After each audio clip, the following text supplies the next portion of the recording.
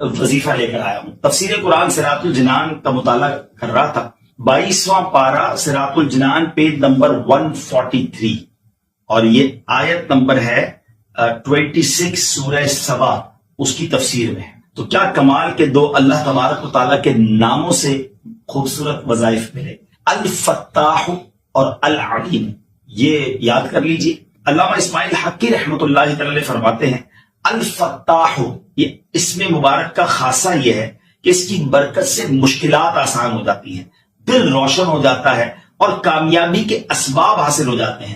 نماز فجر کے بعد جس نے سینے پر ہاتھ رکھ کر 71 ٹائمز اس اسم کو یعنی یا فتاح یہ پڑھا تو اس کا دل پاک اور منور ہو جائے گا، اس کا کام آسان ہو جائے گا اور اس کی برکت سے رزق میں بھی وسعت ہوگی۔ اور دوسرا ہے العلیم، اس اسم مبارک کا خاصہ یہ ہے کہ اس کا ورد کرتے رہنے والے کو علم اور معرفت حاصل ہوگی۔ یہ بھی پڑھتے رہا کریں، العلیم العلیم العلیم۔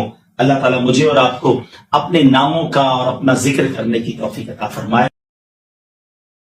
حضرت انس رضی اللہ تعالیٰ عنہ نبی پاک صلی اللہ تعالی علیہ وسلم سے روایت کرتے ہیں کہ آپ علیہ الصلوۃ والسلام نے ارشاد فرمایا، ما من عبدین متحابین فی اللہ یستقبل احدہما صاحبہ فیصافحہ ویصلی علی النبی صلی اللہ علیہ وسلم الا لم يتفرق حتى تغفر ذنوبهما ما تقدم منها وما تأخر۔ سبحان اللہ، اللہ عز و جل کی خاطر محبت کرنے والے دو مسلمان آپس میں ملتے ہیں اور باہم مصافحہ کرتے ہیں اور نبی کریم علیہ الصلوۃ والسلام پر درود بھیجتے ہیں تو اللہ عز و جل ان کے جدا ہونے سے پہلے اگلے پچھلے گناہ معاف کر دیتا ہے۔ سبحان اللہ سبحان اللہ۔ ہم روزانہ ہی شاید بہت سارے لوگوں سے ملتے ہیں، اگر یہ وظیفہ یہ انداز اختیار کر لیں کہ محبت کرنے والے، پیار سے محبت سے ملنے والے دو مسلمان جب آپس میں ملیں بھائی چارگی کے ساتھ تو سلام کرنے کے بعد مصافحہ کریں اور پیارے آقا علیہ الصلوۃ والسلام پر درود پاک پڑھیں۔ سبحان اللہ، کتنی دیر لگتی ہے، مگر اب دونوں کے ہاتھ جدا ہونے سے پہلے اللہ تعالیٰ دونوں کے اگلے پچھلے گناہ معاف فرما دیتا ہے۔ پھر کیوں نہ ہم درود پاک کی کثرت کریں اور پھر کیوں نہ کہیں ہر درد کی دوا ہے صلی علی محمد۔ سبحان اللہ۔ اب ایک اور شاندار حدیث پاک سنیے، حضرت سیدنا انس بن مالک رضی اللہ تعالیٰ عنہ فرماتے ہیں رسول اللہ صلی اللہ تعالی علیہ وسلم نے ارشاد فرمایا، من صلی علی صلاۃ واحدۃ صلی اللہ علیہ عشرہ ومن صلی علی عشرا صلی اللہ علیہ مئۃ۔ آقا علیہ الصلوۃ والسلام نے فرمایا جس نے مجھ پر ایک مرتبہ درود بھیجا اللہ عز و جل اس پر 10 مرتبہ رحمت نازل فرمائے گا، اور جس نے مجھ پر 10 مرتبہ درود بھیجا اس پر اللہ عز و جل 100 مرتبہ رحمت نازل فرمائے گا۔ پھر آگے فرماتے میرے آقا، ومن صلی علی مئۃ کتب اللہ بین عینیہ براءۃ من النفاق وبراءۃ من النار واسکنہ اللہ یوم القیامہ مع الشہداء۔ آقا فرماتے جس نے مجھ پر 100 مرتبہ درود پاک پڑھا، ایک درود پر 10 رحمتیں، 10 درود پر 100 رحمتیں، مگر 100 بار درود پاک پڑھنے والے کو انعام کیا فرمایا، جس نے مجھ پر 100 مرتبہ درود بھیجا اللہ عز و جل اس کی آنکھوں کے درمیان منافقت اور جہنم سے آزادی کا پروانہ لکھ دے گا اور قیامت کے دن اسے شہداء کے ساتھ اٹھائے گا۔ سبحان اللہ سبحان اللہ سبحان اللہ۔ ناظرین ذرا غور تو کیجئے کہ 100 مرتبہ درود پاک پڑھنے میں وقت ہی کتنا لگتا ہے۔ الصلاۃ والسلام علیک یا رسول اللہ، تصویر لیجئے، پڑھنا شروع کیجئے، شاید 10 منٹ میں آپ پڑھ لیں گے۔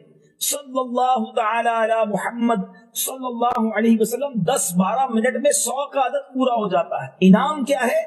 دونوں آنکھوں کے درمیان یہ لکھ دیا جائے گا کہ یہ بندہ منافقت اور دوزخ کی آگ سے بنی ہے، یہ بندہ جو ہے یہ اس کے بارے میں فرمایا کہ یہ اس کو اللہ تعالیٰ قیامت کے دن شہداء کے ساتھ اٹھائے گا۔ کیوں نہ درود پاک پڑھیں، یہ دنیا میں بھی کام آنے والا ہے۔ پچھلی حدیث میں ہم نے سنا کہ اس بندے کے اگلے ہاتھ ملائیں تو اگلے پچھلے گناہ معاف ہو جائیں اگر درود پاک پڑھ لیں مصافحہ سلام کرنے کے بعد۔ اور دوسری حدیث ہم سن رہے ہیں کہ جہنم سے آزادی، منافقت سے براءت اور شہیدوں کے ساتھ قیامت کے دن اٹھنا نصیب ہوگا۔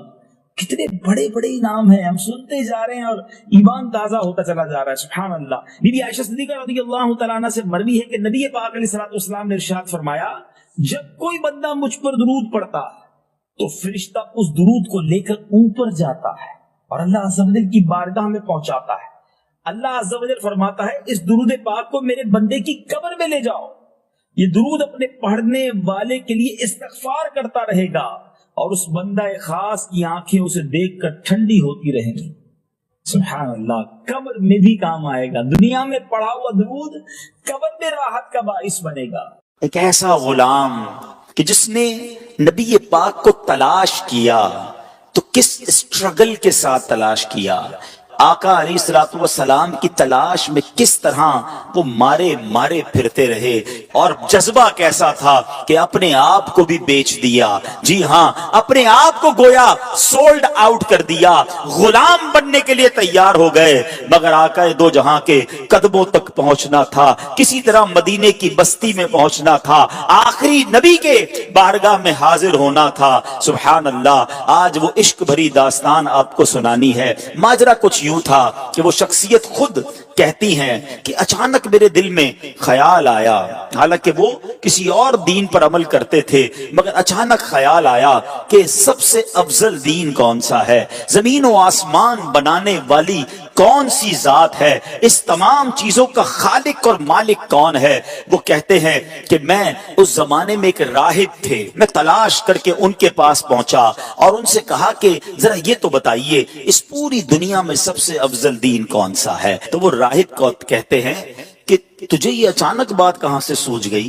تو کہتے نہیں، میں یہ جاننا چاہتا ہوں کہ زمین و آسمان کا مالک کون ہے، سب سے افضل دین کون سا ہے. تو اس نے کہا کہ پھر ایسا کرو، اگر اس سوال کا جواب چاہیے تو موصل میں، یہ عراق کا ایک علاقہ ہے، وہاں ایک راہب ہے، اس سے بڑا کوئی عالم نہیں ہے، تم ان کے پاس جاؤ، وہ شاید تمہاری رہنمائی کریں. ٹریول کر کے وہ کہتے ہیں میں ان کے پاس پہنچا، ان کے پاس میں رہا اور ان کے ساتھ میں عبادت کرنے لگا. وہ دن کو روزہ رکھتے تھے، رات کو عبادت کرتے تھے، میں بھی بالکل انہی کی طرح عمل کرنے لگ گیا. 3 سال ان کے پاس ٹھہرا رہا. اب ان کے وصال کا وقت قریب آ گیا. میں نے کہا آپ تو دنیا سے جا رہے ہیں، مجھے بتائیں اب میں کدھر جاؤں؟ کہتے ہیں مشرق میں تو کسی ایسے شخص کو نہیں جانتا جو اس دین کا کاربند ہو جس پر میں عمل کرتا ہوں.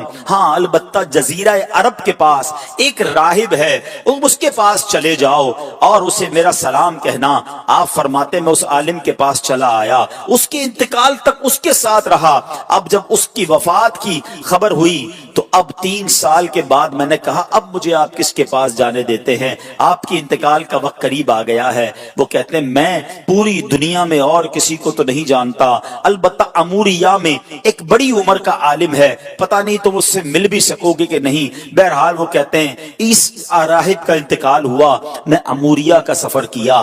حق کی تلاش ہے، دین حق کی تلاش ہے، خالق و مالک کی تلاش ہے. ایک شہر سے دوسرے شہر کا سفر ہے. اب وہ اموریہ پہنچتے ہیں، وہاں بھی کچھ عرصہ رہا. اب ان کے انتقال کا وقت بھی قریب آ گیا. کہتا ہے اب آپ مجھے کس کے پاس بھیجتے ہیں؟ وہ کہتے ہیں اب دنیا میں میرے علم کے مطابق کوئی ایسا عالم نہیں جو حق پر ہو، البتہ ایک زمانہ قریب آتا جا رہا ہے جب حضرت ابراہیم علیہ السلام کی آل میں ایک شخص پیدا ہوگا. کئی 100 سال باقی ہیں، تم اس کو نہیں پا سکو گے، لیکن دیکھو اس کے علاوہ کسی اور کے پاس مت جانا. اگر تم وہ زمانہ پالو تو پھر تم ان کو ضرور ان کا ساتھ دینا، وہ حق پر ہوں گے. اور سنو اس شخصیت کی نشانی یہ ہے، انہی کی قوم کے لوگ انہیں ساحر کہیں گے، معاذ اللہ جادوگر کہیں گے، مجنون کہیں گے، کاہن کہیں گے. اور دیکھو ان کی ایک نشانی اور ہے، ہدیہ دو گے نا تو تناول کر لیں گے، صدقہ دو گے تو وہ اس میں سے کچھ نہیں کھائیں گے. اور سنو ان کے دونوں کاندھوں کے درمیان، دونوں شانوں کے درمیان مہر نبوت بھی جگمگا رہی ہوگی. میرے آقا کی بھی کیا شان ہے، ابھی دنیا میں ظاہری آئے نہیں ہے، زمانہ پہلے ہی دیوانہ ہے.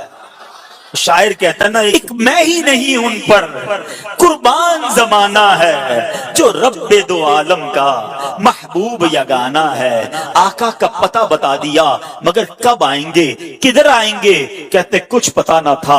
اب وہ شخصیت کہتے ہیں کہ میں انتظار کرتا رہا، آخر ایک بستی کی طرف ایک قافلہ جا رہا ہے، عرب کی ایک وادی ہے، کھجوروں کی وادی ہے۔ یاد رہے ابھی لفظ مدینہ، اس شہر کو مدینہ کہا نہیں جاتا تھا، اس کے پہلے کئی اور نام تھے۔ کہتے ایک قافلہ جا رہا تھا، میں نے ان سے پوچھا تم لوگ کون ہو؟ وہ کہنے لگے ہم اس بستی کی طرف جا رہے ہیں جس بستی کا اشارہ اس راہب نے دیا تھا۔ آسان لفظوں میں سمجھ لو وہ قافلہ مدینے کو جا رہا تھا۔ کہتے ہیں کہ ہم وہاں تجارت کرنے کے لیے جا رہے ہیں، ہم وہاں تجارت کرتے تھے، لیکن وہاں آل ابراہیم میں سے ایک شخص پیدا ہوا ہے، اس کی قوم اس کے قتل کے در پہ ہے، جس کی وجہ سے وہ ہجرت کر کے ہمارے شہر میں آ گیا ہے۔ ہمیں ڈر ہے کہ کہیں وہ ہماری تجارت کو روک نہ دے۔ اب سنو، مدینے پر اس کو کنٹرول حاصل ہو گیا ہے۔ معاذ اللہ، وہ قافلے والے نبی پاک علیہ الصلوۃ والسلام کے خلاف باتیں کر رہے تھے،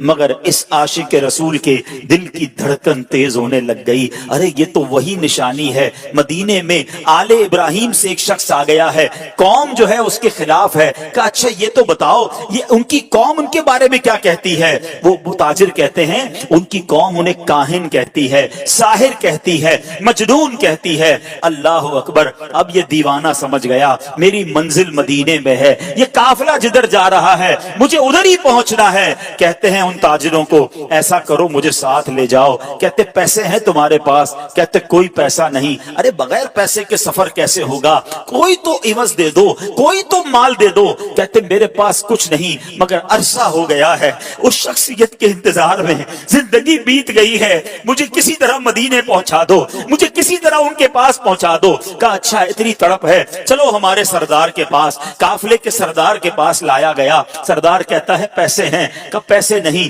زیادہ راہ ہے، زیادہ راہ نہیں۔ ارے کچھ تو دینا پڑے گا۔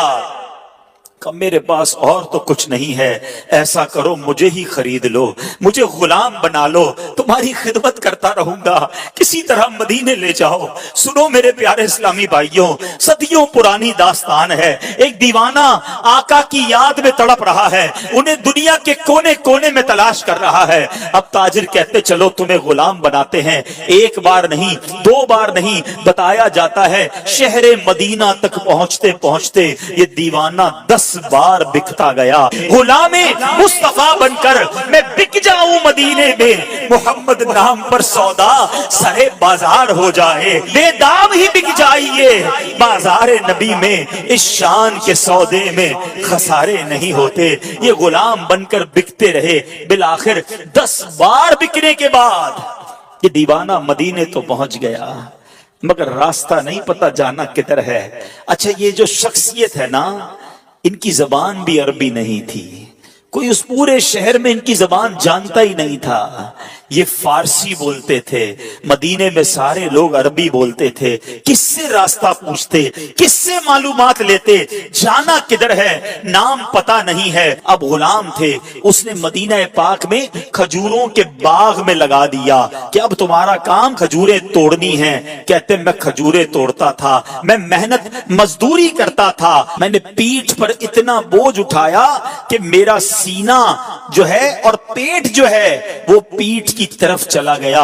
بس مزدور بنا ہوا تھا، انتظار تھا نبی آخر الزمان کا، کبھی تو دیدار ہوگا، کبھی تو ان کا جلوہ دیکھوں گا، کبھی تو ان کی غلامی اختیار کروں گا۔ مگر لوگ قریب سے گزرتے تھے، میری زبان ہی کوئی نہیں سمجھتا تھا۔ کہتے اب ایک دن ایک بوڑھی خاتون آئی، میں نے اس سے بات کی، وہ میری بات سمجھ گئی اور اس نے کہا کہ میں نے اس سے عرض کی کہ ماں جی مجھے بتا دو وہ شخصیت کہاں ہے جو نیا دین لے کر آئے ہیں، جو حضرت ابراہیم کی اولاد میں سے ہیں، جو اللہ وحدہ لا شریک کی طرف بلاتے ہیں، مجھے ان کا پتہ بتا دو۔ اب وہ کہتی ہیں کہ صبح سویرے نماز فجر کے بعد دن کے ابتدائی حصے میں وہ قریب سے گزریں گے۔